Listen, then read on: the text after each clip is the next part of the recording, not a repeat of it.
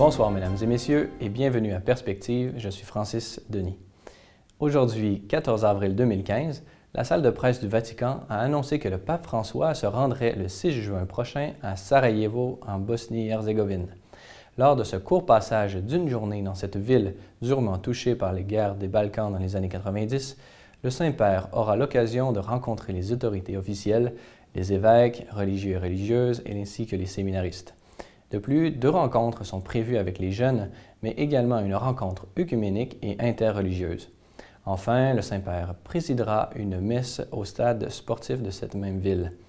Par ce voyage, le pape François souhaitait encourager les fidèles catholiques de Bosnie-Herzégovine à travailler sans relâche à la réconciliation et consolider ainsi la fraternité, la paix, le dialogue interreligieux ainsi que l'amitié. Aujourd'hui, le Saint-Siège a publié le message du pape François pour la 52e journée mondiale de la prière pour les vocations, qui se tiendra le 26 avril prochain. Dans ce message, le Saint-Père désire porter l'attention des fidèles au lien entre intériorité et extériorité, entre l'accueil de la vocation au don total et l'appel missionnaire. C'est en se basant sur l'expérience de l'Exode que chacun d'entre nous pourra découvrir le fondement de sa propre vocation, a-t-il affirmé. En effet, selon le pape François, et je cite, « À la racine de chaque vocation chrétienne, il y a ce mouvement fondamental de l'expérience de foi. Croire veut dire se laisser soi-même sortir du confort et de la rigidité du moi pour centrer notre vie en Jésus-Christ.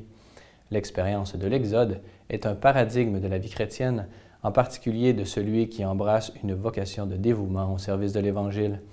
Il consiste en une attitude toujours renouvelée de conversion et de transformation, dans le fait de rester toujours en chemin, de passer de la mort à la vie, ainsi que nous le célébrons dans toute la liturgie. C'est ce qu'il appelle le dynamisme pascal.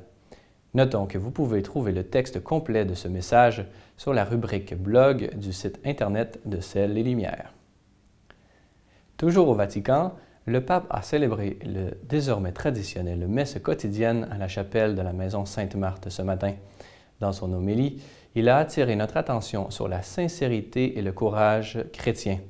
Comme les disciples qui ont fait l'expérience de la rencontre de Jésus après la résurrection, ce n'est que l'Esprit Saint qui est capable de changer notre attitude, l'histoire de notre vie, a-t-il ajouté. Pour l'évêque de Rome, et je cite, « Le courage de l'annonce est ce qui distingue l'annonce chrétienne du simple prosélytisme. » Écoutons un extrait. C'est ce courage de l'annonce qui nous distingue du simple prosélytisme.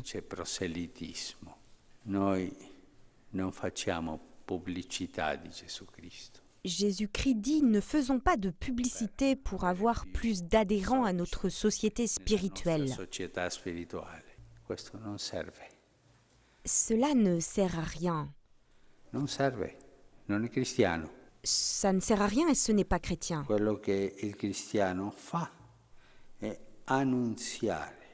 Ce que les chrétiens font, c'est annoncer avec courage. Et l'annonce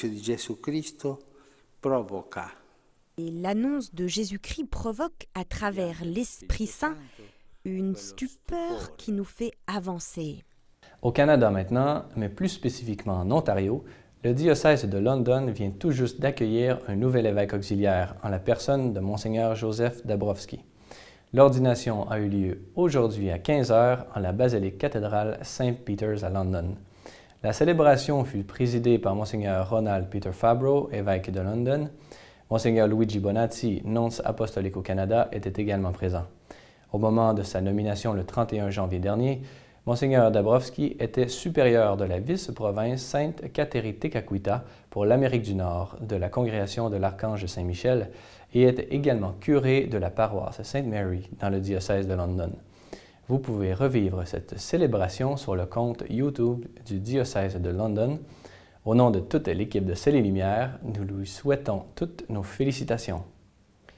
Voilà, c'est tout pour aujourd'hui. Si vous avez des questions ou commentaires, vous pouvez m'écrire à l'adresse qui apparaît à l'écran.